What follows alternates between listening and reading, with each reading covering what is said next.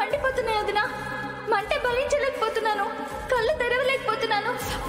అవి వాటర్ కూడా అయ్యుండవు కేదార్. అందులో కూడా ఆవిడ హస్తమే ఉండుంటుంది. ఇవన్నీ చేస్తున్నారంటే మన అనుమానం నిజమేనట్టే.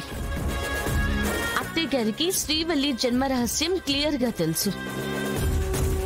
మనం దాన్ని అందరికీ క్లారిటీగా చూపించేలా కనిపెట్టాలి. కేదార్, ఫోటో చూపించే టైంకి అలా అయ్యిందంటే మీకు పిన్ని మీద డౌట్ గా ఉంది కదా? అవునక్క, నాకు అనుమానంగానే ఉంది. ఇప్పుడు శ్రీవల్లికి ఫోటో చూపించడానికి కూడా లేదు వదినా. అత్తయ్య గారే కనపడకుండా చేశారు. ఆవిడికేదో తెలుసు, అందుకే ఇలా చేస్తుంది జగదాత్రి. ఎన్నో రోజులు నిజాన్ని దాయలేరు. ఏదో ఒక రోజు పిన్ని మనసులో దాచుకున్న రహస్యాన్ని బయట పెట్టక తప్పదు కదా. ఆ రోజు తప్పకుండా వస్తుంది.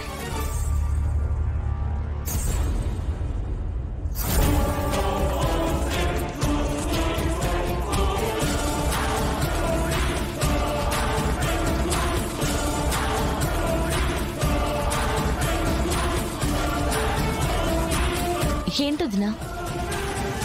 ఏమేం జగదాత్రి చేతికి?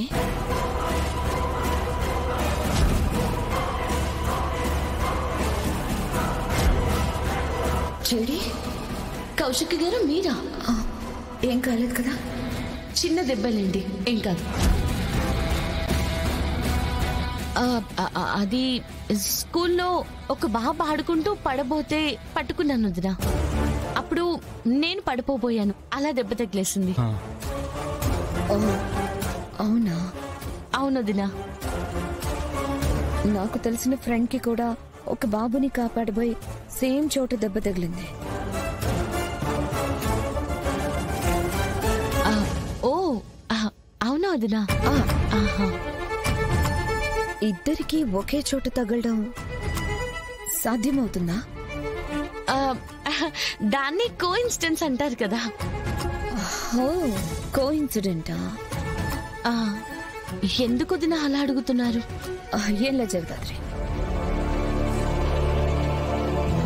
అంతేలే, కొన్నిసార్లు కోఇన్సిడెంట్ గా జరుగుతాయి. సరే, బాబు నిద్రలేస్తాడేమో, నేను వెళ్తాను. ఓకే వదినా, గుడ్ నైట్. Good night.